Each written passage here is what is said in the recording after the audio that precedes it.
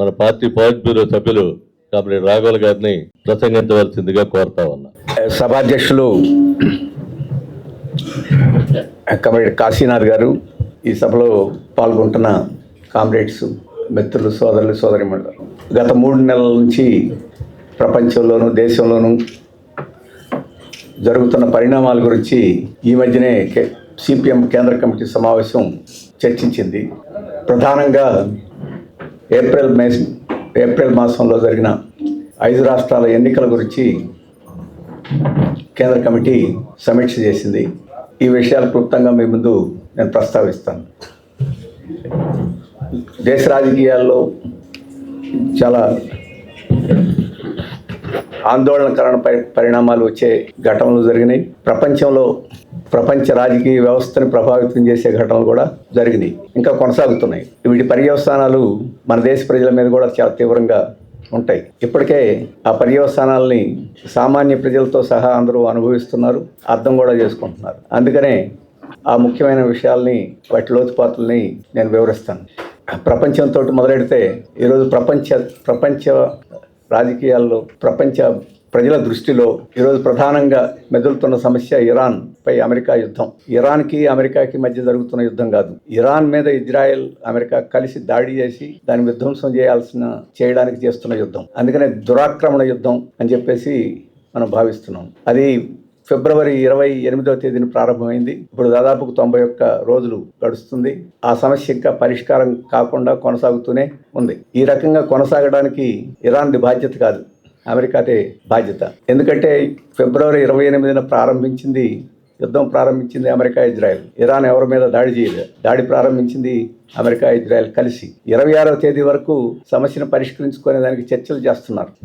అమెరికాకి, ఇరాన్కి మధ్య మధ్యవర్తుల ద్వారా చర్చలు జరుగుతున్నాయి. 26వ తేదీ పత్రికల్లో వచ్చింది, ఈ చర్చలు సానుకూలంగా జరుగుతున్నాయి, పరిష్కారం అయ్యేదానికి కూడా అవకాశం ఉంది అని పత్రికల్లో వచ్చింది. అందరం అనుకున్నాం యుద్ధం రాదేమో, పరిష్కారం అయిపోద్ది అనుకున్నాం. కానీ అకస్మాత్తుగా చర్చలు ఆపేసి యుద్ధాన్ని ప్రారంభించారు, వాళ్ళు దాడి ప్రారంభించారు. ఆ రకంగా దురాక్రమణం ప్రారంభించింది అమెరికా. ఇప్పటికీ దురాక్రమణం కొనసాగిస్తుంది అమెరికా. కాబట్టి అమెరికాను నిరోధించకుండా ఇప్పుడు ప్రపంచంలో శాంతి ఉంటుంది అని అనుకోలేము. దురదృష్టం ఏంటంటే ప్రపంచం అంతా ఈ విషయాన్ని గమనించింది, కానీ భారతదేశం పరిపాలించే పాలకులు, బీజేపీ ప్రధానమంత్రి మోడీ మాత్రం ఇది గమనించినట్టు నటిస్తున్నాడు, ఇది తెలియనట్టు నటిస్తున్నాడు. అక్కడ యుద్ధం 2 దేశాల మధ్య జరుగుతున్నట్టు, ఇద్దరిది బాధ్యత అన్నట్టు కూడా మాట్లాడటం లేదు. ఇరాన్దే బాధ్యత అన్నట్టు అమెరికాను మద్దతిస్తూ ఈరోజు కొనసాగుతున్నారు. బహుశా ప్రపంచంలో ఇటువంటి ఒక ముఖ్యమైన దేశం ఈ రకంగా వ్యవహరిస్తుంది భారతదేశం.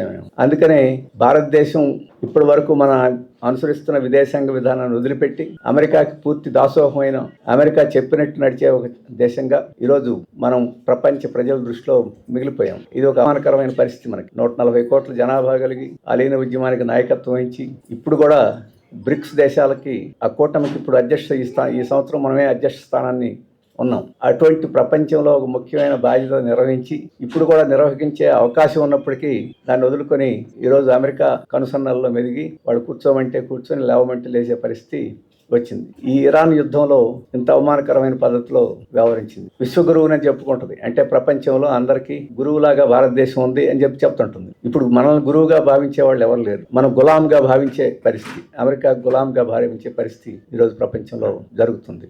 వాస్తవంగా గులాంలే కాదు, మన మిత్రద్రోహులం కూడా. మనకి ఇరాన్ చాలా మిత్రదేశం. ఇప్పుడు మిత్రత్వం కాదు, 3000 సంవత్సరాల నుంచి ఇరాన్ తోటి భారతదేశానికి సంబంధాలు ఉన్నాయి. అన్ని నాగరికతలు ఇరాన్ తోటి సంబంధాలు పెట్టుకున్నాయి. ఇక్కడికి వ్యాపారాలు జరిగినాయి, వలసలు జరిగినాయి. ఈ మొత్తం కాలంలో ప్రజల మధ్య ఇచ్చిపుచ్చుకోవడాలు జరిగినాయి. ఆ రకంగా స్నేహంగా పాత సంగతులు వదిలేసిన మన స్వాతంత్రం పొందిన తర్వాత ఇరాన్ తోటి మనకి మంచి సంబంధాలు ఉన్నాయి. ఎప్పుడు మన విదేశాంగ విధానం అక్కడొక మతం, ఇక్కడొక మతం అని చెప్పేసి మనం ఎప్పుడు అనుకోవాలి. ఇరాన్ ప్రజలు కూడా ఆ రకంగా అనుకోవాలి. ఆఖరికి బీజేపీ వచ్చిన తర్వాత కూడా ఇరాన్ తోటి సంబంధాలు కొనసాగింది. ఇరాన్లో చబహార్ అని చెప్పేసి ఒక ప్రదేశం ఉంది, అక్కడ ఓటర్ రేవును కడుతున్నారు. ఆ ఓటర్ రేవును మన దేశం కడుతుంది. ఇరాన్ నుంచి మన దేశానికి 80% గ్యాస్, మనం వాడే గ్యాస్ ఏదైతే ఉందో, వంటకు వాడే గ్యాసు, వాహనాలకు వాడే గ్యాసు, ఈ గ్యాస్ ఏదైతే ఉందో 80% ఇరాన్ నుంచి వస్తుంది. ఆ ప్రాంతం నుంచే మనకు వచ్చే ఎరువులు, యూరియా, అమ్మోనియం ఫాస్ఫేట్, ఇట్లాంటి ఎరువులు దాదాపు 70% ఆ ప్రాంతం నుంచే కొత్త రష్యా నుంచి వచ్చినా అక్కడ నుంచి వస్తాయి. ఇతర దేశాల కన్నా మనకు చవకగా అమ్ముతుంది ఇరాన్ క్రూడ్ ఆయిల్ని. ఆ రకంగా పరస్పరం ఆర్థిక సంబంధాలు చాలా బలంగా ఉండే ఒక మిత్ర దేశాన్ని ఈరోజు ఎవరో దాడి చేస్తుంటే ఒక సామ్రాజ్యవాద దేశం దానికి అండగా నిలబడడం, అండగా నిలబడకపోతే మాట వరుసకైనా దాని పట్ల సానుకూలత వ్యక్తం చేయాల్సిన దేశం పూర్తిగా ఈరోజు ఇజ్రాయెల్కి అమెరికాకి అనుకూలంగా ఉంది. ఎంత ద్రోహం అంటే 28వ తేదీన అమెరికా ఇజ్రాయెల్ కలిసి దాడి చేయబోతుంది. ఆ ముందు రోజు ఎక్కడ ఉన్నాడు ఈయన? ఇజ్రాయెల్లో ఉన్నాడు. ఇజ్రాయెల్ పార్లమెంట్లో ప్రసంగిస్తున్నాడు. నెతన్యాహుతోటి ఆలింగనం చేసుకుని ఉన్నాడు. గొప్ప స్నేహం అని చెప్పేసి కూడా ప్రకటించారు. ఆయన దేశం వదిలిపెట్టాడు, వీళ్ళు బాంబులు మొదలెట్టారు. అంటే ఈ మోడీ గారు తెలిసి జరిగిందా? మోడీ గారు తెలిసి జరిగినా తెలియక జరిగిపోయినా మోడీ గారు అక్కడికి వెళ్ళి వాళ్ళు ఇంత పెద్ద ఘటన మోడీ గారికి చెప్పలేదంటే మనకు అవమానం. రేపు కోరి మీద దాడి జరగకపోయే ఆ దేశంలో స్నేహితుడు అని చెప్పి చెప్పుకుంటే నీకు తెలియకుండా కూడా వాడు బాంబులు చేశారంటే నిన్ను పూచిక పుల్లలాగా తీసేసినట్లు లెక్క, మన దేశానికి అవమానం చేసినట్లు లెక్క. లేదు, నీకు చెప్పే దాడి చేస్తే ఆ దాడిలో ఆ యుద్ధంలో నీకు కూడా భాగస్వామి ఉన్నట్లు లెక్క. వాళ్ళు ఎంత దుర్మార్గాలు చేశారో ఆ దుర్మార్గంలో ఆ పాపంలో నీకు వాటా ఉన్నట్టు లెక్క. ఇప్పటి వరకు దాని మీద వాస్తవాలు ఏమిటి చెప్పలా, ఖండించలేదు కాబట్టి ఈరోజు వాటా ఉందని చెప్పేసి పరోక్షంగా కానీ ప్రత్యక్షంగా కానీ బాధ్యత కూడా భారతదేశానికి ఉందని చెప్పేసి ప్రజలు అనుకునే పరిస్థితి ఉన్నది. కాబట్టి ఆ రకంగా ఇరాన్ మీద ఈ దాడిని ఖండించడంలోనూ ఎదిరించడంలోనూ కనీసం ప్రారంభమైన తర్వాత దాన్ని ఆపి శాంతిని పునరుద్ధరించడంలోనూ మనం నిర్వహించాల్సిన పాత్ర నిర్వహించలేదు అని చెప్పేసి మొదట తెలుసుకోవాలి. ఇక ఇరాన్లో 91 రోజుల పాటు జరుగుతుంది. అమెరికా ప్రకటించింది 2 రోజుల్లో ఇరాన్ని నేలమట్టం చేసేస్తాను, పాతరాతి యుగానికి పంపేస్తాను, ఇరాన్లో ఉండే మౌలిక సదుపాయాలన్నింటినీ ధ్వంసం చేసేస్తాను, ఇరాన్కి సైనిక సంపత్తి ఉండే మిసైల్స్ ఏవైతున్నాయో ఒక్క మిసైల్ కూడా లేకుండా చేసేస్తాను, భూగర్భంలో అణుశుద్ధి చేస్తామన్నారు, అణుశుద్ధి చేసే ప్రాంతాలన్నింటినీ భూస్థాపితం చేస్తాం, ఇరాన్ రాజకీయ నాయకత్వాన్ని అంతటినీ హత్య చేస్తాం, హత్య అనే మాట వాడకపోయినా వాళ్ళని డీక్యాపిటేట్ తుదముట్టిచ్చేస్తాం అని చెప్పేసి ప్రకటించారు. వాస్తవంగా ఆ దేశ అధినేతగా ఉండే అధినాయకుడిగా ఉండే ఖమేనీని మొదటి 2 రోజులను చంపేశారు. ఇంకో 45 మంది కమాండర్లను వాళ్ళ సమావేశంలో ఉంటే ఆ సమావేశంలో బాంబు వేసి వాళ్ళందరినీ చంపేశారు. వాళ్ళ మౌలిక సదుపాయాలను, రోడ్లని, బ్రిడ్జిల్ని, మిసైల్ సైట్స్, ఆ స్థలాలు ఎక్కడెక్కడ ఉన్నాయో వాటన్నింటినీ మీద బాంబులు వేశారు. 45 రోజుల పాటు ఆ బాంబింగ్ నిరంతరాయంగా జరిగింది. ఇజ్రాయెల్ వాళ్ళిద్దరు చేశారు. ఆ రకంగా ఎంతో నష్టం చేశారు. మొదటి రోజున 2వ రోజునే ఒక ఆడపిల్లల స్కూల్ మీద వేసి 168 ఆడపిల్లల్ని చంపారు. అమాయకులైన చదువుకునే ఆడపిల్లలను కూడా చంపారు. ఎంత ఘోరాలు చేశారు. కానీ అమెరికా చెప్పింది ఏం జరగల. 2 రోజుల్లో లొంగ తీసుకుంటాం, ప్రభుత్వాన్ని మార్చేస్తాం, నేలమట్టం చేసేస్తాం, ఇరాన్ని లొంగ తీసుకుంటాం, ఇవన్నీ నెరవేరల. ఇంత కష్టాలు, ఎన్ని విపత్తులు, ఇంత విధ్వంసం జరిగినా ఇరాన్ ప్రజలు ఎదిరించి నిలబడ్డారు. మీ రోడ్లన్నింటినీ ధ్వంసం చేస్తామంటే ఇళ్లలో ఉన్న వాళ్ళందరూ రోడ్ల మీదకి వచ్చి నిల్చున్నారు. ఎట్లా ధ్వంసం చేస్తావో చూస్తామని చెప్పేసి ఆ రకంగా ప్రదర్శించారు. ఇక అమెరికాకే వీళ్ళని లొంగ తీసుకోలేకపోతున్నాం, విజయం సాధించలేకపోతున్నాం. ఇంకా ఎక్కువ కాలం యుద్ధం చేస్తే అమెరికాలో ఉండే యువకులు, అమెరికాలో ఉండే ప్రజలు మా సొమ్మునంతా తీసుకెళ్ళి అక్కడ తగలబెడతామని చెప్పేసి అక్కడ వ్యతిరేకత వస్తుంది, ఏం చేయాలని చెప్తూ ఆయన పరిస్థితిలో ఉంది. అందుకని తాత్కాలికంగా కాల్పుల విరమణ ప్రకటించాల్సిన పరిస్థితి వచ్చింది. అది అమెరికాకి అవమానకరంగా ప్రజలందరూ భావించారు. ప్రపంచం అంతా ఇరాన్ ప్రజలను లొంగ తీసుకోవడం సాధ్యం కాదనేది యుద్ధం ప్రారంభమైనప్పుడు కొంతమంది భావించినా ఎక్కువ మంది అమెరికా ముందు నిలవలేదు అని చెప్పేసి అనుకున్నారు. కానీ అంటే మరొకసారి మళ్ళీ అమెరికాకి శృంగభంగం జరిగింది. వియత్నాంని లొంగదీయాలని ప్రయత్నం చేశారు. సంవత్సరాల తరబడి యుద్ధం చేశారు. వియత్నాం మొత్తాన్ని మనం పరిచినట్టు, కార్పెట్ బాంబింగ్ అంటాం, తివాచీలు పరిచినట్టుగా నేలలో ఎక్కడ ఖాళీ లేకుండా బాంబులు వేసుకుంటా వెళ్ళారు. 2వ ప్రపంచ యుద్ధంలో మొత్తం అన్ని దేశాల మీద అన్ని బాంబులు వేశారు. వియత్నాం మీద 28 లక్షల గుంటలు ఆ బాంబుల మూలంగా పడ్డాయి. వియత్నాం ధ్వంసం చేసామని అనుకున్నారు వాళ్ళు. కానీ వియత్నాం ప్రజలు ఏం చేశారంటే గుంటల్లో నీళ్లు పెట్టి చేపలు పీల్చడం మొదలెట్టారు. ఈ గుంట తవ్వుకునే పని లేదు. అమెరికా వాళ్ళు తవ్వి పెట్టారు. స్కూళ్ళన్నింటినీ ధ్వంసం చేశారు. నేలలో సొరంగాలు తవ్వి ఆ సొరంగాల్లో స్కూళ్ళు నడిపారు. ఆ రకంగా వాళ్ళు అమెరికాని ఓడించారు. ఆ తర్వాత ఆఫ్ఘనిస్తాన్లో ఇక్కడ కూడా పారిపోవాల్సిన పరిస్థితి. ఆ తర్వాత ఇరాక్లో అక్కడ కూడా గెలవలేని పరిస్థితి వచ్చింది. ఇక్కడ ఖమేనీని చంపేసి, నాయకత్వాన్ని చంపేస్తే అమెరికాకి అణిగిమణిగి ఉండేవాళ్ళు అధికారానికి వస్తారని చెప్పాడు. పత్రికలన్నీ రాసినాయి. నడవలేని ముసలాళ్ళని చంపి పరిగెట్టగలిగే కుర్రాళ్ళని తీసుకొచ్చి అధికారాన్ని కూర్చోబెట్టారు. అది చేసింది.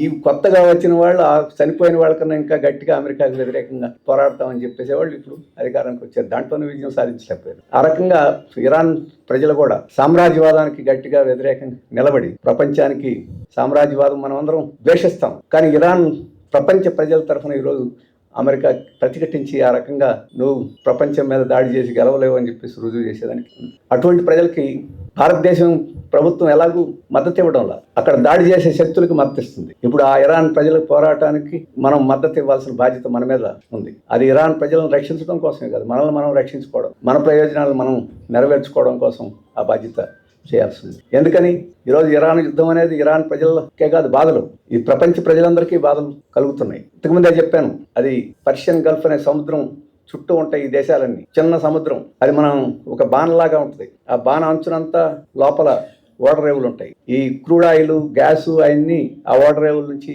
ఈ సముద్రంలోకి నుంచి బయటికి రావాలి. ఆ బాణకి మూతి ఉంటుంది కదా, ఆ జలసంధి, హార్మోజ్ జలసంధి, దాంట్లోంచి పడవలు బయటికి రావాలి. అది ఇరాన్ దేశం పక్కనే ఉంటుంది. అందుకని ఇరాన్ యుద్ధంలో మాకు సహకరించే వాళ్ళకి మేము పడవల్ని వెళ్ళనిస్తాం, మా శత్రువులకి అయితే వెళ్ళనివ్వని చెప్పేసి యుద్ధంలో చెప్పారు. వాస్తవంగా మనం దేశం ఎంత ద్రోహం చేసినా ఇరాన్ పాలకులు మాత్రం మనల్ని ఇంకా స్నేహితులుగానే పరిగణించింది. ఆ యుద్ధం జరిగినంత కాలం ఈ గ్యాస్ తోటి నడిచే ఓడలు కానీ, క్రూడ్ ఆయిల్ తోటి నడిచే ఓడలు కానీ భారతదేశానికి వస్తాయంటే వాటిని వదిలిపెట్టారు. అందుకని మన గ్యాస్ కొరత ఇతరులకంతా తీవ్రంగా రాల. ఆ రకంగా ఇరాన్ ప్రపంచ ప్రజలందరినీ ఇబ్బంది పెట్టాలని చెప్పేసి కోరుకోవాలి. కానీ అమెరికా ఏం చేసింది, ఇప్పుడు ఇరాన్ ఓడల రాకపోకలను నిరోధించడంలో ఈ 45 రోజుల తర్వాత ఈ జలసంధి బయట అమెరికా ఓడలను పెట్టి లోపలికి ఓడలు పోయి గ్యాస్, క్రూడ్ ఆయిల్ రాకుండా ఇప్పుడు దిగ్బంధనం చేసింది. కాబట్టి ఈ రోజు ప్రపంచంలో ప్రజలకి గ్యాస్ దొరకటం లేదంటే, క్రూడ్ ఆయిల్ దొరకటం లేదంటే, వీడి ధరలన్నీ పెరిగిపోతున్నాయంటే, రైతులకు ఎరువులు దొరకటం లేదంటే దాని బాధ్యత ఈ రోజు ఇరాన్ది కాదు,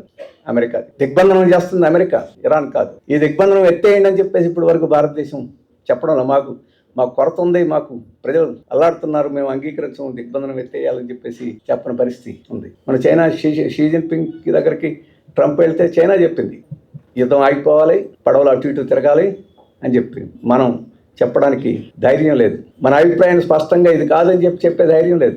ఆపరేషన్ సింధూర్ గురించి మేసాలు మెలేస్తారు. ట్రంప్ నేను బెదిరిస్తే లొంగిపోయారని చెప్పేసి బహిరంగంగా ప్రకటిస్తున్న ఇప్పుడు వరకు అది నిజం కాదని మోడీ గారు చెప్పే పరిస్థితిలో లేదు. ఆ రోజే కాదు, ఈ రోజు ఇప్పుడు కూడా మాట్లాడటం లేదు. అందుకని ఈరోజు ఇరాన్ మీద దాడి ఆపి ఆ దిగ్బంధనం ఎత్తివేసి ఒక ఒప్పందం చేసుకుంటేనే ఇప్పుడు ఈ ప్రపంచం ఎదుర్కొంటున్న ఈ సమస్య పరిష్కారం అవుద్ది. లేకపోతే ఇది ఇంకా తీవ్రమై కొనసాగుద్ది. ఈ తీవ్రత కొనసాగడానికి ఇరాన్ది బాధ్యత కాదు, అమెరికాది బాధ్యత. ఆ అమెరికా బాధ్యతని నిలబెట్టి ప్రశ్నించి దాన్ని వెనక్కి నెట్టి శాంతి కోసం అది సిద్ధమయ్యేది చేయాల్సిన బాధ్యత ప్రపంచానికి అన్ని దేశాలు చేస్తున్నాయి, మనం కూడా చేయాలి. మన ప్రభుత్వం చేయదు కాబట్టి ప్రజలు చేయాలి, ప్రభుత్వం మీద ఒత్తిడి చేయాలి. నువ్వు చేయకపోతే ఈ ప్రజలకి నువ్వు సమాధానం చెప్పుకోవాల్సి వస్తుందని చెప్పేసి మనం అడగాలి. ఆ రకంగా ప్రజల్ని సన్నద్ధం చేయాల్సి ఉంటుంది అనేది మొదట మీ దృష్టికి తీసుకొస్తాం. అలాగే గత వారం రోజుల నుంచి మళ్ళీ రెండో దఫా చర్చలు జరుగుతున్నాయి. చర్చలు జరుగుతున్నప్పుడు మళ్ళీ బాంబులు వేసాడు 3 రోజుల క్రితం. అయితే ఇరాన్ కూడా తిరిగి మళ్ళీ బాంబులు వేసింది.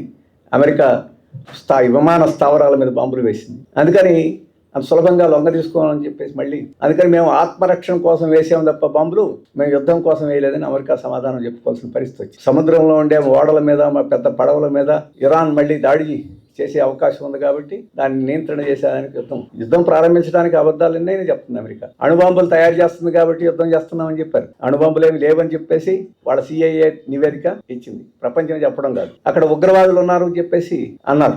ఇప్పుడున్న నాయకులందరూ ఉగ్రవాదులు, వీళ్ళు పోతే మంచి నాయకులు వస్తారన్నారు. వాళ్ళు ఉగ్రవాదులు కాదు, వాళ్ళు పోయారు. అయినా వాళ్ళ దృష్టిలో మంచి నాయకులేమి రాలా. ఆ దేశం ప్రజల కోసం పనిచేసే మంచి నాయకులు తప్ప నీ కోసం పనిచేసే మంచి నాయకులు అక్కడే ఎవరు లేరని చెప్పేసి రుజువైంది. ప్రతిదీ అబద్ధం. ఇప్పుడు కాదు, ఇరాక్ మీద యుద్ధానికి అబద్ధం చెప్పారు, ఆఫ్ఘనిస్తాన్ మీదకి చెప్పారు, వియత్నాం మీద యుద్ధం చేయడానికి అబద్ధం చెప్పారు. ఇప్పుడు అదే అబద్ధం చెప్తున్నారు. ఇన్నిసార్లు అబద్ధం చెప్తే ఎవరు నమ్ముతారు? ఇరాక్ మీద యుద్ధం ప్రారంభించినప్పుడు ప్రారంభంలో కొంతమంది అన్న నమ్మారు. ఈ ట్రంప్ ఇరాన్ మీద దాడి చేసిన మొదటి రోజు నుంచి ఎవరు నమ్మే పరిస్థితి లేదు. అందుకనే ఈరోజు ప్రపంచ అభిప్రాయం ఈరోజు అమెరికాకి వ్యతిరేకంగా ఉంది. ప్రపంచ అభిప్రాయం వ్యతిరేకం కాదు, ఈరోజు అమెరికాలోనే ట్రంప్ యొక్క పరపతి ఎప్పుడు చరిత్రలో ఏ ప్రెసిడెంట్కి తగ్గనంత తగ్గిపోయింది. రేపు నవంబర్ ఎన్నికల్లో ఏమైపోద్దని భయపడిపోయే పరిస్థితి వాళ్ళకి వచ్చింది. అది కూడా ఒక కారణం 45 రోజుల తర్వాత వాళ్ళు ఆపడానికి. కాబట్టి ఈ పరిస్థితి ఈరోజు అంతర్జాతీయంగా ప్రపంచ రాజకీయాల్ని, ప్రపంచ పరిస్థితుల్ని ప్రభావితం చేస్తున్నాయని చెప్పేసి మనం అర్థం చేసుకోవాలి. కమ్యూనిస్ట్ పార్టీగా, మార్క్సిస్ట్ పార్టీగా అమెరికా గురించి, దాని ప్రమాదం గురించి, ప్రపంచం మీద దాని ఆధిపత్యం గురించి, దాని మూలంగా ఉండే దుష్ప్రభావాల గురించి ఎప్పుడూ చెప్తానే ఉన్నాం. వీళ్ళు ఎప్పుడు అమెరికా గురించి ఎక్కడ గురించో చెప్తారు, మనకేంటి సంబంధం అని చెప్పేసి అనుకునేవాళ్ళు చాలా ఎక్కువ మంది ఉండేవాళ్ళు. ఇప్పుడు మనం చెప్పక్కర్లా, ట్రంప్ గురించి, అమెరికా గురించి మనకు చెప్తున్నారు ప్రజలు చాలామంది. ఇక్కడ ఉండే పత్రికలు ఏవైతే ఉన్నాయో ట్రంప్కి, ఇటువంటి వాళ్ళందరికీ అమెరికా అంటే అదేదో భూతాల స్వర్గం అని చెప్పేసి ప్రచారం చేసే పత్రికలన్నీ ఇక్కడ తెలుగు పత్రికలతో అన్ని పత్రికలు ఎడిటోరియల్స్ వ్యాసాలు రాయాల్సిన పరిస్థితి వచ్చింది.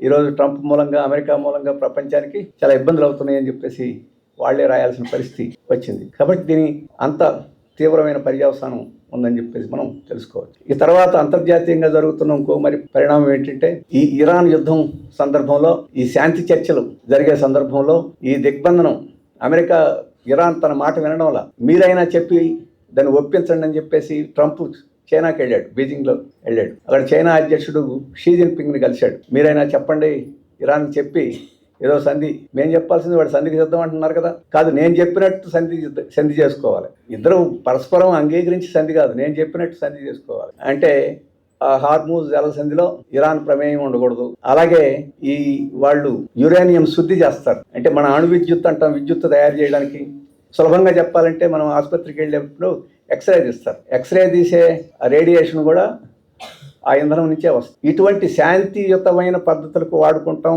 అని చెప్పినా అది కూడా మీ దగ్గర ఉండేదానికి లేదని చెప్పేసి అంటాడు. నువ్వెవడో చెప్పేదానికి బాంబు చేయొద్దు అంటే అర్థం ఉంటుంది, మనుషులను చంపడానికి బాంబులు కాబట్టి దాన్ని అర్థం చేసుకోవచ్చు. కానీ ఎక్స్రేలు నడవడానికి, విద్యుత్ ఉత్పత్తి చేయడానికి వీటన్నిటికీ ఈ అణు విద్యుత్తు అవసరం. చవక బొగ్గుతో తయారు చేసిన దానికన్నా నీళ్ళ వీటన్నిటికన్నా అణు విద్యుత్తు చవక. అటువంటి దాన్ని తయారు చేయడం మా ప్రజలకి హాని చేయమని చెప్పేసి మేము ఒప్పందం ఎందుకు చేసుకుంటామని చెప్పేసి వాళ్ళు చెప్తున్నారు. ఇప్పుడు షీ జిన్పింగ్ దగ్గరికి వెళ్ళి నువ్వైనా చెప్పి నేను చెప్పినట్టు వాళ్ళు ఒప్పించమని చెప్పేసాను. షీ జిన్పింగ్ చెప్పాడు, ఏ దేశమైనా తన సార్వభౌమత్వాన్ని కాపాడుకునే హక్కు దానికి ఉంది, ఆ సార్వభౌమత్వాన్ని కాలదన్నే హక్కు మనకెవరికి లేదు, అందుకని పరస్పరం చర్చించుకొని పరిష్కారం చేసుకోవాలని చెప్పేసి చెప్పాడు. షీ జిన్పింగ్ ఇంకోటి కూడా చెప్పాడు, ప్రపంచం మారిపోయింది, పాతకాలంలాగా అమెరికా ఆలోచిస్తే లాభం లేదు అని కూడా చెప్పాడు. ఆయన వాళ్ళిద్దరి మధ్య చర్చల సందర్భంలో పత్రికలన్నీ రాసినాయి. ఇంగ్లీష్లో అయితే థూసిడిస్ ట్రాప్ అని అన్నారు. థూసిడిస్ అనేది ఒక పేరు, ఒక వ్యక్తి పేరు. ట్రాప్ అంటే తెలుసుకు ఉచ్చు, థూసిడిస్ ఉచ్చు అనేది. ఆ ఉచ్చు అంటే ఏమిటంటే రెండు దేశాలు ఉంటే ఒక దేశం బాగా అభివృద్ధి చెంది చాలా సూపర్ పవర్గా ఉండి ఇక అభివృద్ధి ఆగిపోయి క్రమక్రమేణా దాని యొక్క శక్తి తగ్గిపోతున్న దేశం. అంటే ఇద్దరు పహిలవాన్లు ఉన్నారనుకోండి, వయసు పెరిగిపోయి నేను పహిల్వాన్ అనుకుంటుంటాడు, పోట్లాడలేడు. ఇంకొకడు కుర్రాడు, ఆడు పహిల్వానే, వాడు ఇంకా పెద్ద అవుతుంటాడు, ఇంకా శక్తి ఉంటాడు, నేను పహిల్వాన్ని ఎవరినైనా ఎదిరిస్తానని ఇంకోడు ఈ పహిల్వాన్ అనుకుంటారు. ఈడేమో వీడు ఈ పిల్లగాడు ఎదిరిస్తాడు, వీడి సంగతి చూడాలని ఈడు అనుకుంటాడు, ఎప్పుడు ఈడి పెత్తనమైనా ఈడి సంగతి చూడాలని. అట్లాంటి వాళ్ళు ఇద్దరు ఉన్నప్పుడు ఖచ్చితంగా యుద్ధం జరుగుద్ది అనేది ఇది సిద్ధాంతం. ఈ థూసిడిస్ అనేనా బాగా బతికిన దేశం, అందరి మీద పెత్తనం చేసిన దేశం ఆ పెత్తనం వదులుకోవడానికి సిద్ధం కాదు, ఆ పెత్తనం రక్షించుకోవడానికి యుద్ధం చేస్తుంది. అలాగే కొత్తగా సంపద వచ్చి శక్తి వచ్చి ఇటువంటి వాళ్ళు ఇంకోటి పెత్తనం కింద బతకడానికి సిద్ధం కాదు, తానే పెత్తనం చేసుకునేదానికి యుద్ధం చేస్తుంది. ఇట్లాంటి రెండు దేశాలు ఒక చోట అంటే యుద్ధం గ్యారెంటీ. ఇది ఇప్పుడు షీ జిన్పింగ్ ట్రంప్కి ఏం చెప్పాడంటే, మీరు ముసలి పహిల్వాన్ రా బాబు, మీకు శక్తి తగ్గిపోయింది, దాన్ని నిలబెట్టుకోవడానికి మళ్ళీ యుద్ధం చేయాలని నువ్వు అనుకుంటావేమో, అలాగే మేము మాత్రం కుర్ర పహిల్వాన్ మేము పెరుగుతున్నాం కానీ మేము యుద్ధం చేయాలని కోరుకోవడం ఆ రోజు. కాబట్టి మేము యుద్ధం చేయాలని కోరుకోవడం లేదు, మీరు కూడా యుద్ధం కావాలని కోరుకోవద్దు, పాతకాలంలోలాగా థూసిడిస్ చెప్పినట్టు మన ఇద్దరం వ్యవహరించొద్దు, శాంతిగా ఉందామని చెప్పేసి పంపించాడు. ఈ పత్రికలన్నీ ఏమి రాసినాయి, ట్రంప్ను అక్కడ పెట్టి ముఖం మీద కొట్టి పంపించాడు, సిగ్గులేదు వాళ్ళకి అని చెప్పేసి పత్రికలన్నీ అమెరికాల పత్రికలు ముఖ్యం, మా ట్రంప్ను అవమానం చేసి పంపించాడు షీ జిన్పింగ్ అని చెప్పేసి చెప్పారు. సరే, అవమానం చేశాడా లేదో పక్కన పెట్టండి. నేను ఎందుకు చెప్పానంటే ఈరోజు ప్రపంచంలో జరుగుతున్న పరిణామం అది. అమెరికా యొక్క శక్తి తగ్గిపోతూ ఉంది, దాని ఆర్థిక వ్యవస్థ దెబ్బతింటా ఉంది. ప్రపంచంలో ఏ యుద్ధం ప్రారంభిస్తున్నా ఏ యుద్ధాన్ని గెలవలేకపోతుంది. ఇప్పుడు డాలర్, ప్రపంచంలో వ్యాపారం అంతా డాలర్ మీద జరుగుద్ది. మీరు మీ పిల్లలు అమెరికా వెళ్తే ఏం చేస్తారు, రూపాయలను డాలర్లో మార్చుకొని అమెరికా వెళ్తారు. కాబట్టి ప్రపంచంలో ఎవరైనా కొనాలంటే అమ్మాలంటే ఇతర దేశాల్లో డాలర్ జరగాలి, అంటే అమెరికా డాలర్ పెత్తనం ప్రపంచం మీద వ్యాపారం మీద. ఇప్పుడు కొంతమంది నీ డాలర్ అక్కర్లా, రష్యా ఇండియా రూబులు రూపాయి మార్చేసుకున్న వాళ్ళు మన రూపాయి తీసుకుంటున్నారు, మనం వాళ్ళు రూబులు తీసుకుంటారు. ఇప్పుడు చాలా దేశాలు చైనా యువాన్ తీసుకుంటున్నారు, చైనా వాళ్ళు మన కరెన్సీని తీసుకుంటారు, వాళ్ళు యువాన్లు మనం తీసుకుంటాం. డాలర్ మీద నమ్మకం పోయింది, డాలర్ను వాడటం తగ్గిపోయింది, ఇంకా వాడేవాళ్ళు ఉన్నారనుకోండి, కానీ క్రమక్రమేణా దాని శక్తి పోతా ఉంది. ఇది అమెరికా యొక్క బలహీనత, దాని ఆధిపత్యం తగ్గిపోవడానికి తెలియజేస్తుంది. ఈ రకంగా ప్రపంచంలో శక్తి తగ్గిపోయే దేశం అమెరికా తన శక్తిని ఎలాగోలాగా నిలుపుకోవాలని చెప్పేసి ఇప్పుడు యుద్ధాలు చేస్తుంది. ఆ యుద్ధాల్లో భాగంగా ఇరాన్ మీద యుద్ధం కాదు, ఇరాన్ అయిపోయిన తర్వాత క్యూబా మీద చేస్తానంటున్నాడు. క్యూబా మాజీ అధ్యక్షుడు రాల్ కాస్ట్రో మీద అమెరికాలో కేసు పెట్టి అమెరికా కోర్టు శిక్ష వేస్తే ఇప్పుడు రాల్ కాస్ట్రోని అరెస్ట్ చేసి తీసుకెళ్తాను అని చెప్పేసి వెనిజులా అధ్యక్షుడిని మధురోని ఎట్టయితే కిడ్నాప్ చేసి తీసుకెళ్లారో ఇప్పుడు క్యూబా అధ్యక్షుడిని తీసుకెళ్లాలని చెప్పేసి సోషలిస్టు కమ్యూనిస్టు మాజీ అధ్యక్షుడు ఆ రకం. అయితే క్యూబా ప్రజలు చెప్పారు, మేము చిన్న దేశం, చాలా చిన్న జనాభా, కానీ ప్రతి ఒక్కడు సస్తాం తప్ప నీకు లొంగిపోయే సమస్య లేదని చెప్పేసి క్యూబా ప్రజలు చెప్పారు. మొత్తం అష్టదిగ్బంధనం చేసేసారు. మందులు లేవు, ఆయిల్ లేదు, కరెంటు లేదు. అట్లాంటి పరిస్థితుల్లో ఈరోజు మనం డబ్బు వచ్చి ఇచ్చాం క్యూబా సంఘీభావ నిధికి. వాళ్ళు మా మందులు లేవు, ఈ డబ్బుతోటి మందులు కొని పంపించండి అని మనకు చెప్పారు. మనం చాలా మంది దగ్గర నుంచి ప్రయత్నం చేస్తున్నాం ఎవడు మందులు అమ్మడం మనకి, ఎందుకంటే క్యూబాకి పంపుతామని. ఈ మందులు అమ్మే వాళ్ళకి భయం కాదు, వీళ్ళు అంత దుర్మార్గులు ఏం కాదు, కానీ దుర్మార్గులు వీళ్ళని అమ్మనివ్వడం.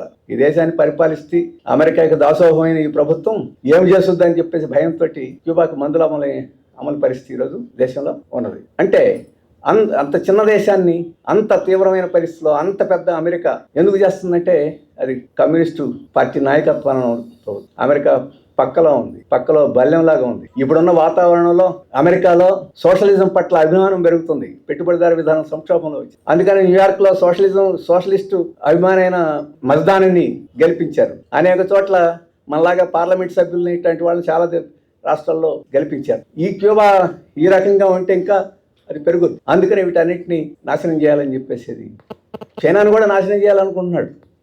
అందుకని తైవాన్కి ఆయుధాలు అవన్నీ కుదరడం లేదు, ఇది సమస్య. అందుకని పాలస్తీనా మీద దాడి చేశాడు, దాన్ని 1,00,000 మందిని చంపేసి నేలమట్టం చేశాడు. అలాగే ప్రతిఘటించే ఇంకో దేశమైన ఇరాన్ని చేశారు. అలాగే ప్రతిఘటించే వెనుజులాని అధ్యక్షుడిని కిడ్నాప్ చేసి తీసుకెళ్లిపోయారు. ఆ రకంగా తరిగిపోతున్న పెత్తనాన్ని స్థిరపరచుకోవాలని చెప్పేసి ప్రయత్నం చేస్తారు. కానీ అది సాధ్యం కావడం లేదు. ఎందుకంటే ప్రపంచ పెట్టుబడిదారి వ్యవస్థ ఈరోజు సంక్షోభంలో ఉంది కాబట్టి ఆ రకమైన పరిస్థితి. ఆ సంక్షోభం నుంచి బయటపడాలంటే యుద్ధాలు చేయడమే కాదు, యుద్ధాలు ఆయుధాలతో చేస్తారు. ఇప్పుడు వ్యాపార యుద్ధం కూడా చేస్తున్నాడు. మొత్తం ప్రపంచంలో ఉండే అన్ని దేశాల మీద సుంకాలు విధించేశాడు. అంటే మన దేశం యొక్క సరుకులు ఆ దేశానికి పోయినాయి అనుకోండి, ఎక్కువ సుంకం విధిస్తే ధరలు పెరిగిపోతాయి. అందుకని అక్కడ మన సరుకులు అమ్ముడుపోవు. ఆ రకంగా ప్రపంచ దేశాల మీద సుంకాలు విధించాడు. మా దగ్గర నుంచి వ్యాపారం కొనుగోలు మీరు చేస్తేనే మీకు సుంకాలు తగ్గిస్తామని చెప్పేసి బెదిరిస్తున్నాడు. నేను సుంకాల గురించి కూడా చెప్తాను. అలాగే ఈరోజు చైనా చుట్టూ క్వాడ్ అని చెప్పేసి ఒక 4 దేశాలని పోగు చేసి కూటమి చేసి చైనాని బెదిరించడానికి కూడా ప్రయత్నం చేస్తున్నారు. ఇటువంటివన్నీ చేస్తున్నారు. అయినా మనం ఈరోజు గమనించాల్సింది ఏంటంటే, ఇరాన్ యుద్ధం నుంచి మనం చూడాల్సింది ఏంటంటే, అమెరికా పెత్తనం ఇక సాగదు అని చెప్పేసి ఈ ఘటనలన్నీ తెలియజేస్తున్నాయి.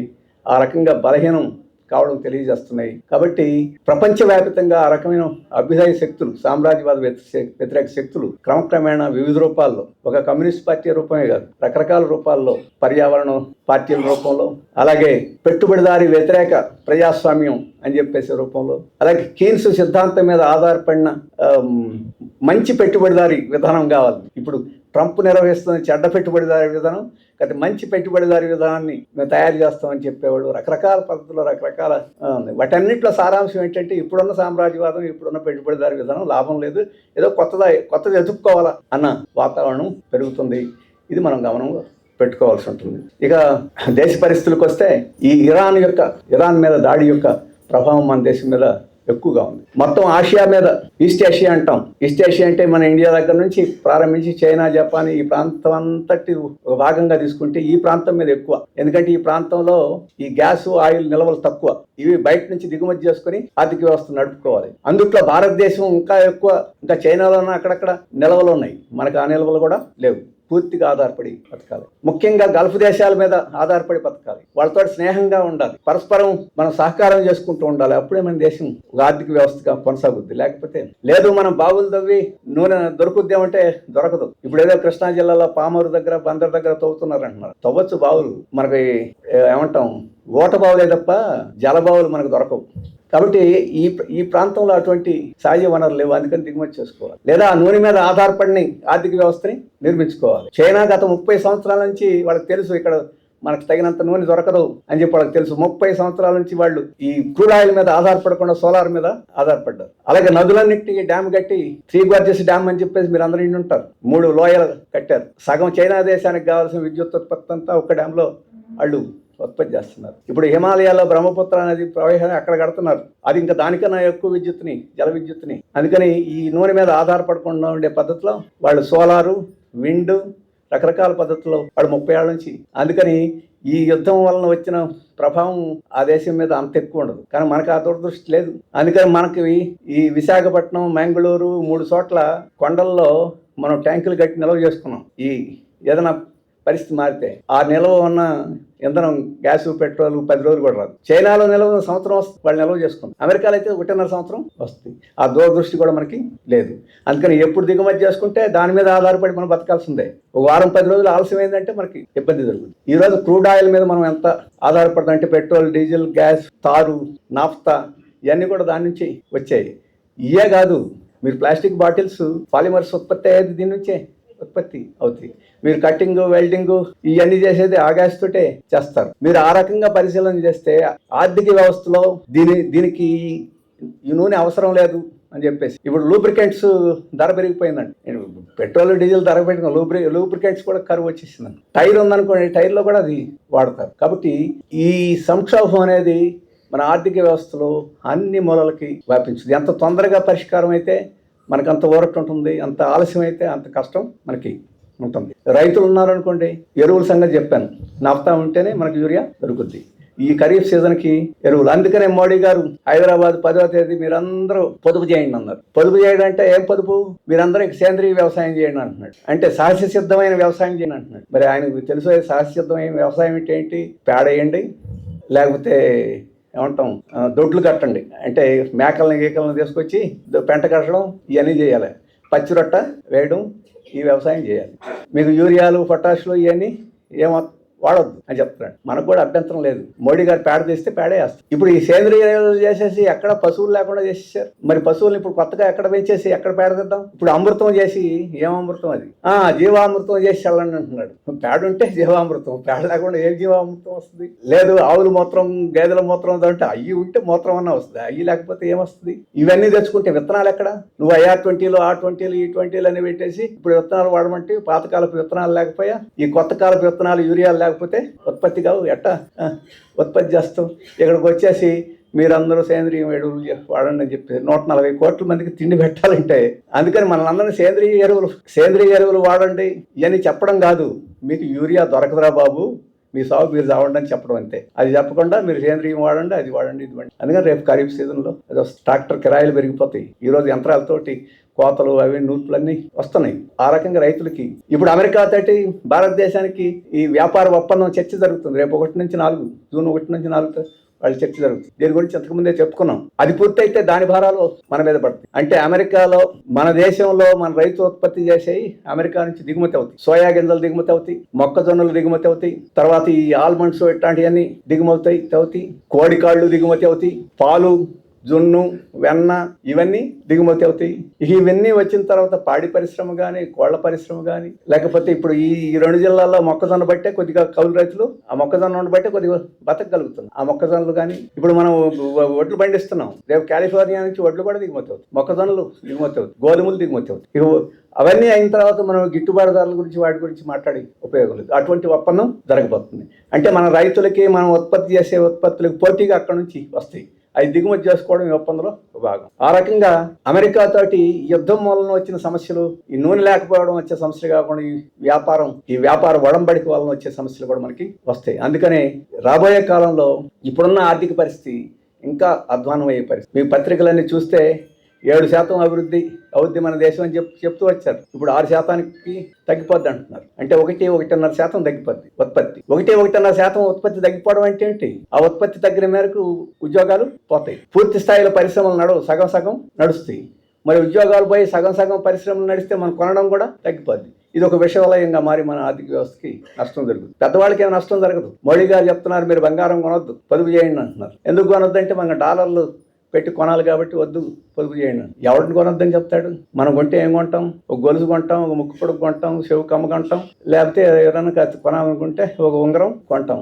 అది కూడా మధ్య తరగతి వాళ్ళు కొనగలిగిన పరిస్థితి ఇప్పుడు ఈ ధరల్లో. కానీ దెమ్మలు కొనేది, కడ్డీలు కొనేది అంబానీలు, అదానీలు, మనం కాదు. వాళ్ళు పొదుపు ఏం చేయరు, వాళ్ళు కొంటానే ఉంటారు. వాళ్ళకేం అడ్డు, అది మనల్ని పొదుపు చేయమని చెప్పేసి విదేశీ వివాహాలు, మనం అందరం విదేశీ వివాహాలు, ఇంట్లో వివాహం చేసుకోవడమే కష్టంగా ఉంటాయి.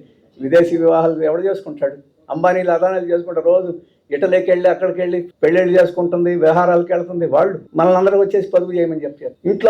ఇంటి నుంచి పని చేయండి అంటున్నాడు. మనటి దాకా ఇంటి నుంచి కాదు, అక్కడ పనికి పోండి అని తోలేరు. ఇప్పుడు ఏమో ఇంటి నుంచి పని చేయండి అని చెప్పేసి ఇక్కడ చంద్రబాబు ఇంకా ఎక్స్ట్రా, మోడీ అనగానే ఇక్కడ చంద్రబాబు ఇంకా ఎక్స్ట్రా మాట్లాడు. ఎందుకంటే ఇంటి నుంచి పని చేస్తే ట్రాన్స్పోర్ట్ అవసరం ఉండదు, అక్కడ వాళ్ళు క్యాంటీన్ నడిపే అవసరం ఉండదు. అక్కడ క్యాంటీన్ నడవకపోతే ఇంట్లో గ్యాస్ వాడాల్సి ఉంది కదా, ఇంట్లో పని చేసిన. కానీ అది ఆ పెట్టుబడిదారికి లాభం, మనకేమి పెద్ద ప్రయోజనం, పెట్టుబడిదారికి లాభం కాబట్టి ఆ పొదుపు చర్యలన్నీ. కాబట్టి ఈ పొదుపు చర్యల గురించి ఉపదేశం మనకు కాదు చేయాల్సింది, ట్రంప్కి చేయాలి. మేము చస్తున్నాం, యుద్ధం ఆపు, $70గా ఉన్న ఆయిల్ ధర $100 అయిపోయింది, కాబట్టి మేము భారం మొయ్యలేకపోతున్నాం, నువ్వు యుద్ధం వెంట ఆపు అని చెప్పేసి వాడికి ఉపదేశం మానేసేసి మనకు పొదుపు చేయాలని మనకు ఉపదేశం చేయడం అంటే అమెరికాకు దాసోహమై ప్రజలకు ద్రోహం చేయడం తప్ప ఇంకోటి కాదు. ఏం దేశభక్తి ఉంది వాళ్ళకి?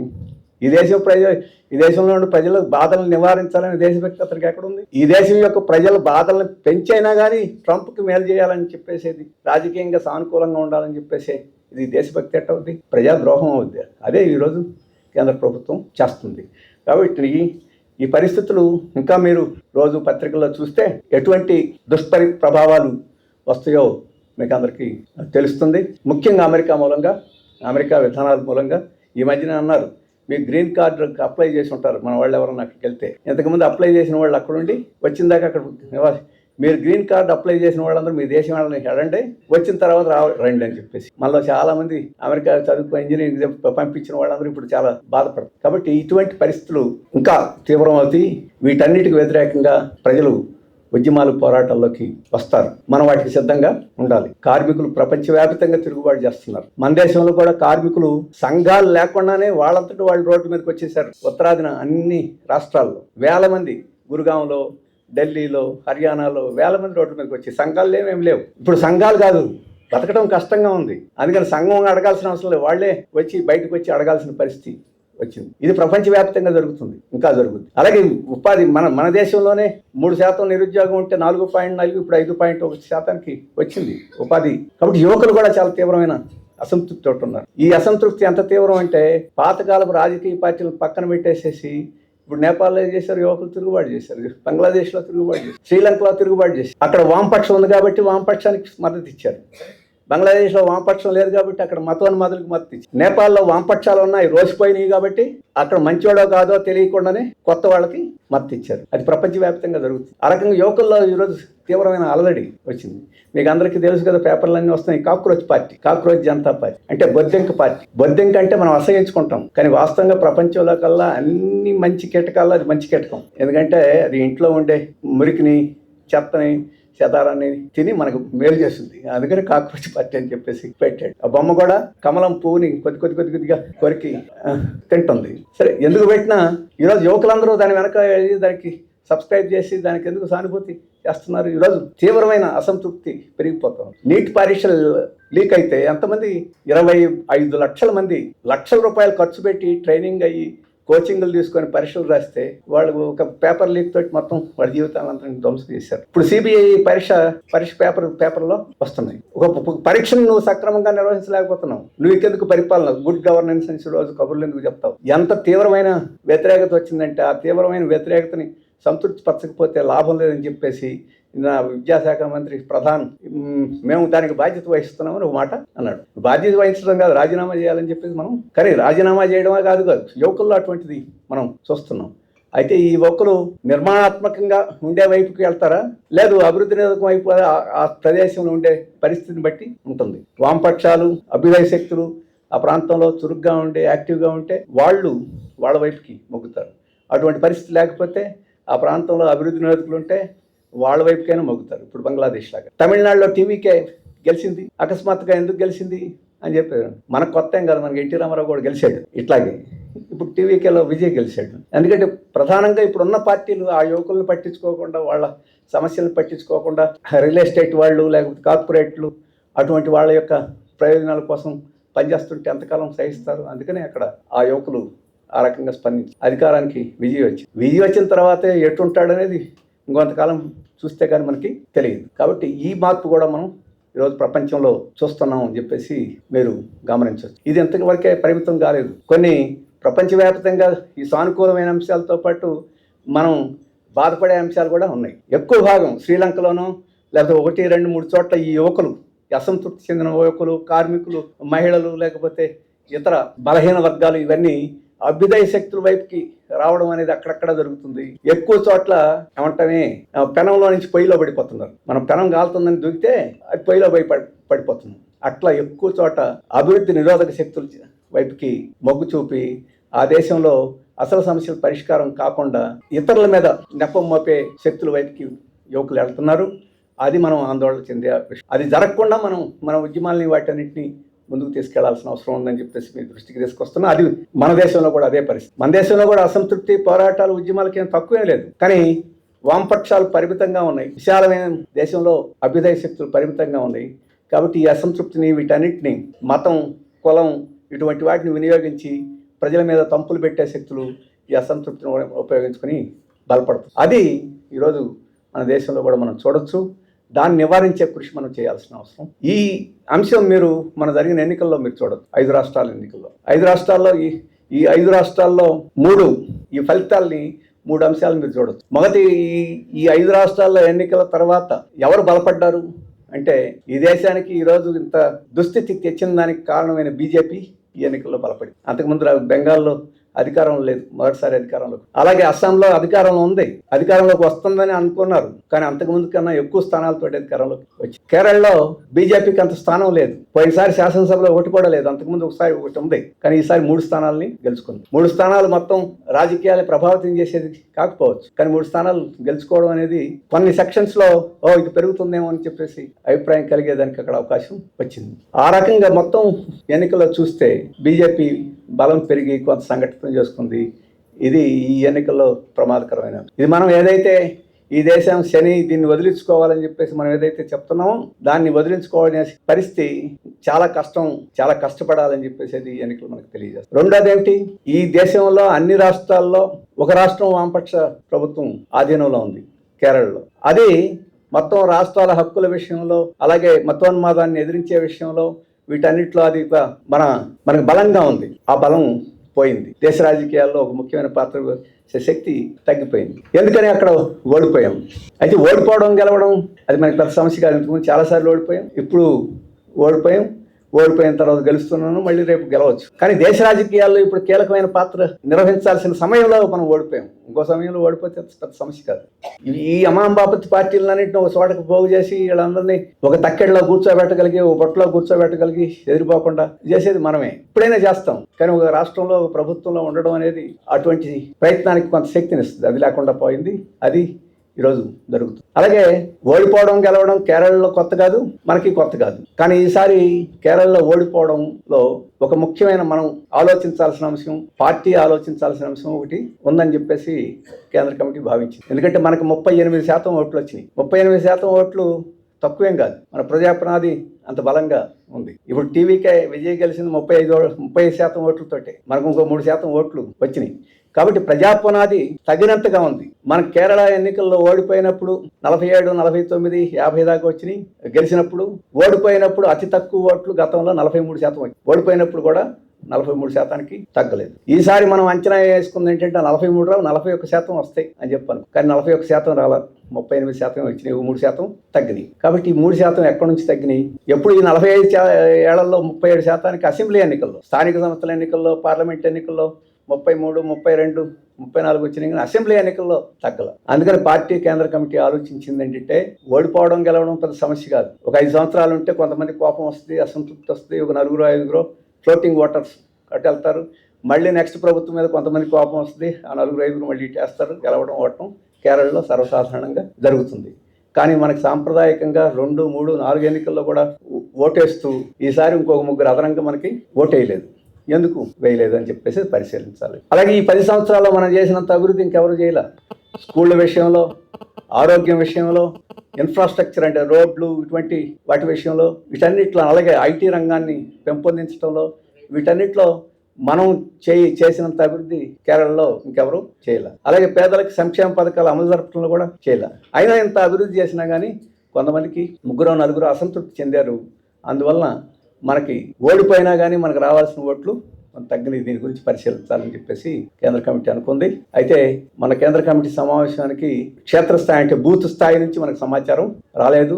దాన్ని పరిశీలించి వచ్చే కేంద్ర కమిటీ జూలైలో 11, 12, 13 తేదీల్లో దాని గురించి పరిశీలించాలనుకున్నాం.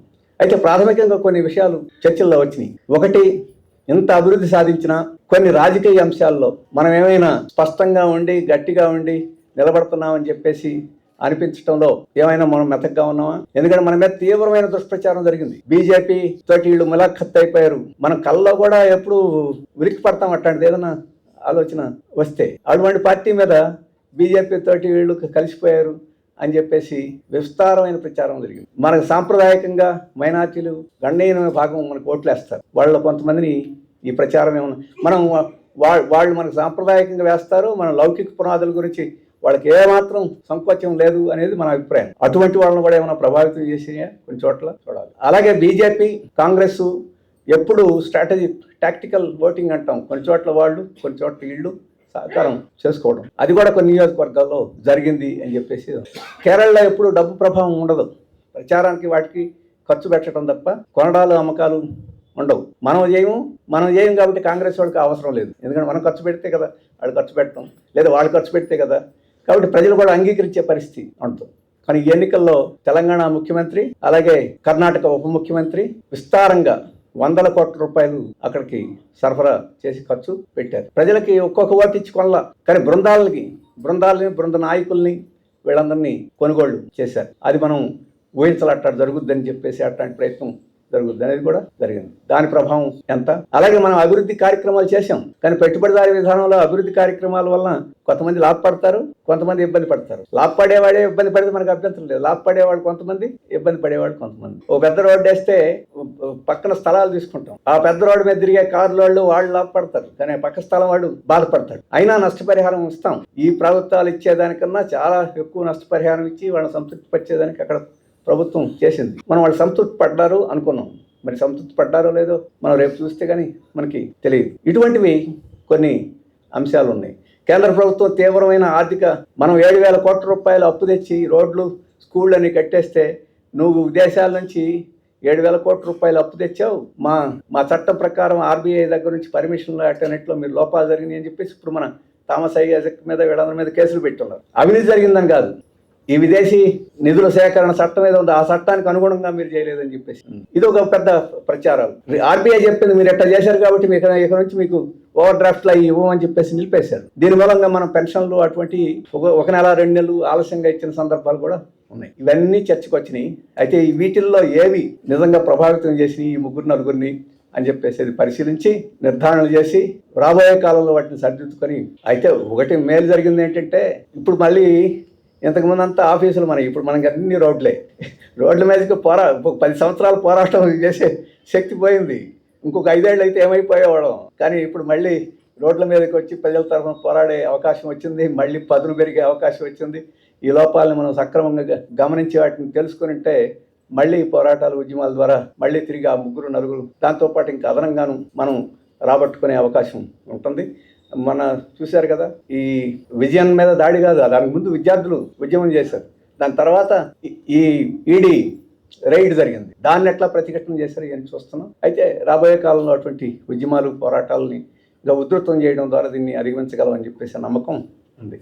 ఇక బెంగాల్ పరిస్థితి ఒక విచిత్రమైన పరిస్థితి. మన ఓట్లు నిలబడ్డాయి. పోయినసారి 5% వచ్చినాయి, ఈసారి 5% ఉన్నాయి. మనం ఓట్లు తరిగిపోలే. పాతకాలంలో తరిగినాయి. అలాగే ఇంతకుముందు ప్రాతినిధ్యం లేదు, ఇప్పుడు ఒకటి ప్రాతినిధ్యం వచ్చింది. అయితే తృణమూల్ కాంగ్రెస్ ఓడిపోయింది. బీజేపీకి వ్యతిరేకంగా నిలబడిన తృణమూల్ కాంగ్రెస్ ఓడిపోయింది. ఈ 10-15 ఏళ్లలో మన పార్టీని ధ్వంసం చేయడంలో, ఆఫీసులు ఆక్రమణ చేయడంలో, ఆస్తుల్ని స్వాధీనం చేసుకోవడంలో వీటన్నిట్లను తృణమూల్ ముఖ్యమైన పాత్ర. బీజేపీ అధికారంలో లేదు కాబట్టి అది బీజేపీ వాస్తవంగా ఈ తృణమూల్ మన మీద దాడి చేసి ఈ రకంగా వినాశనం చేస్తుంటే అప్పుడప్పుడు సానుభూతి ప్రకటనలు చేయడం ద్వారా మన వాళ్ళని కొంత ఆకర్షించే ప్రయత్నం చేసింది. దాని ప్రభావం కూడా ఉంది మన ఓటర్స్ మీద. అందువల్ల ఇంతకుముందు మన ఓటర్స్ లో కొంతమంది బీజేపీకి ఓటు, ఈసారి మాత్రం అది జరగల. అది నియంత్రణ చేయగలిగి మన ఓట్లు మనం వేసుకున్నాం, ఎవరికో వేయాల్సిన పని ఏంటి. తృణమూలు ఈరోజు అణిచేస్తుంది, రేపు బీజేపీ అంతకన్నా దుర్మార్గంగా అణిచివేస్తుంది అని చెప్పేసి అది ఒక ఫ్యాసిస్టు శక్తి. ఇది దుర్మార్గమైన శక్తి, అది అంతకన్నా ఫ్యాసిస్ట్ శక్తి అని చెప్పేసి మనం చెప్పాం కాబట్టి నిలబడింది. రాబోయే కాలంలో ఎందుకంటే కొంతమంది అడుగుతున్నారు, మన ఆఫీసులన్నీ మళ్ళీ స్వాధీనం చేసుకుంటున్నావట కదా, తిరిగి ఆక్రమించుకుంటున్నావట కదా. తిరిగి ఆక్రమించుకుంటున్నాం, కానీ బీజేపీ పోలీసులు నెలకొండ ఉంటున్నారు. రేపు మళ్ళీ వాళ్ళు ఆక్రమించుకోరనే త్రిపురలో ఏం జరుగుతుంది? మన ఆఫీసు తగలబెట్టేది, మన ఆఫీసులు ఆక్రమించేది, మన జనాన్ని రాకుండా చేసేది, గ్రామాల నుంచి తరివేసేది బీజేపీ. కాబట్టి వాళ్ళ ఎత్తుగడలు ఈ రకంగా ఉంటాయి. కానీ వాటన్నిటిని ఎదుర్కొని యువకుల్ని ఆకర్షించి ఆ రకంగా ముందుకు పోయే పరిస్థితి ఉంది. ఈసారికి ఉన్నది నిలబెట్టుకున్నాం, కొత్త యూత్ సెక్షన్స్ని ఆకర్షించాం, అసెంబ్లీలో ప్రాతినిధ్యం తెచ్చుకున్నాం. దీని పునాది మీద కొంత ముందుకు పోయే అవకాశం బెంగాల్లో ఏర్పడింది. ఆడు బీజేపీ గెలవడం ఒక ప్రమాదకరమైన సంకేతం దేశానికైనా. మళ్ళీ మనం తృణమూల ఎలాగో పోరాడలేదు బీజేపీ మీద, మళ్ళీ మనం పోరాడాలి. ఆ సందర్భంలో ఆ స్పేస్ని మనం ఆక్రమించే అవకాశం వచ్చింది. అది బెంగాల్ గురించి. ఇక తమిళనాడు గురించి ఇంతకుముందే చెప్పాను. డిఎంకే గెలుస్తుందని మనం అనుకున్నాం, సీట్లు తగ్గుతాయి, గెలుస్తుంది అనుకున్నాం. విజయ్కి ఓట్లు వస్తాయి, 20% దాకా ఓట్లు వస్తాయి, పెద్ద సీట్లు రావని చెప్పాను. మన అంచనా తప్పింది. 20% కాదు, 35% ఓట్లు వచ్చిన. 35% ఎప్పుడైతే వచ్చినాయో 108 స్థానాలు వచ్చినాయి. డిఎంకేకి 32% ఓట్లు వచ్చినాయి, కానీ సీట్లు తగ్గిపోయినాయి, 59కే తగ్గిపోయినాయి. మనకు పోయినసారి 2 ఉన్నాయి, ఇప్పుడు 2 ఉన్నాయి. మనం డిఎంకే మీద అసంతృప్తి పెరిగింది, అవినీతి ఇట్లాంటి ఆరోపణలు వచ్చి పెరిగిందని మనకు తెలుసు. కానీ ఈరోజు దేశంలో బీజేపీకి వ్యతిరేకంగా, మతోన్మాదానికి వ్యతిరేకంగా నికరంగా కాంగ్రెస్ కూడా కాదు నిలబడుతుంది. ఎవరంటే 27 స్థానాలు ఉన్నాయి. రాబోయే కాలంలో కూడా వీళ్ళు లౌకికవాదంతో ఉండి పార్లమెంట్లో ముఖ్యమైన పాత్ర నిర్వహించే అవకాశం ఉంది. అందుకని అదేదో చెరువులో గేదె లాంటిది, కొమ్ములు కనపడతాయి, లోపల ఏముందో తెలియదు. అలాగే మన అంచనా కూడా అది గెలుస్తుందని చెప్పేసేది ఏమి లేదు. అందుకని మనం ఈ కూటమితోటే ఉన్నాం. మళ్ళీ మన స్థానాలు మనం గెలుచుకున్నాం. కానీ ఎన్నికలు అయిన తర్వాత మనం ముఖ్యమైన పాత్ర నిర్వహించాం. ఆఖరికి మనం 2 స్థానాలు వేస్తేనే ఆ ప్రభుత్వం ఏర్పడే పరిస్థితి వచ్చింది. అలాగే విజయన్ అధికారంలో రాకుండా రాజకీయ గందరగోళం సృష్టించాలని బీజేపీ ప్రయత్నం చేసింది. అట్లాంటి సందర్భంలో మేము మద్దతిస్తాం. మెజారిటీ పార్టీ ప్రభుత్వం ఏర్పాటు చేసేదానికి గవర్నర్ అవకాశం ఇవ్వాలి అని చెప్పేసి మనం మొట్టమొదట అడిగాం. గవర్నర్ మీద పోట్లాడాం. మనం ఎప్పుడైతే 2 స్థానాలు ఇస్తామని లెటర్ రాసామో ఇంక అందరూ సర్దుకొని మద్దతు ఇవ్వాల్సిన పరిస్థితి వచ్చిందని ప్రభుత్వం ఏర్పడింది. అయితే విజయ్కి తెలుసు ఈ కమ్యూనిస్టుల మీద ఆధారపడితే లాభం లేదని. వాళ్ళు ఈరోజు మద్దతు ఇస్తారు, రేపు ప్రజా వ్యతిరేకమైన చర్య తీసుకుంటే ఏం చేస్తారో తెలియదు. అందుకని ఏఐడిఎంకే నుంచి చీల్చి ఫిరాయింపు, అంటే మొదటి అడుగులే ఫిరాయింపులు అడుగులు వేశారు. ఫస్ట్ అడుగు ఏంటంటే ఒక జ్యోతిష్కుడిని తీసుకొచ్చి అడ్వైజర్గా పెట్టారు. మొత్తం విమర్శ చేస్తే మళ్ళీ వెనక్కి తగ్గారు. అందుకని ఎన్నికలకు ముందు చెప్పారు, మేము సైద్ధాంతికంగా బీజేపీకి వ్యతిరేకం, సామాజిక న్యాయానికి అనుకూలం, రాజకీయ శత్రువు మాకు డిఎంకే, ఈ విధానాలతో పోతామని చెప్పేసి ఉన్నారు. ఆ విధానాలతో మనకు అభ్యంతరం లేదు, పోతే మంచిది. అది పోయినంతకాలం మనం మద్దతు కూడా ఇస్తాం.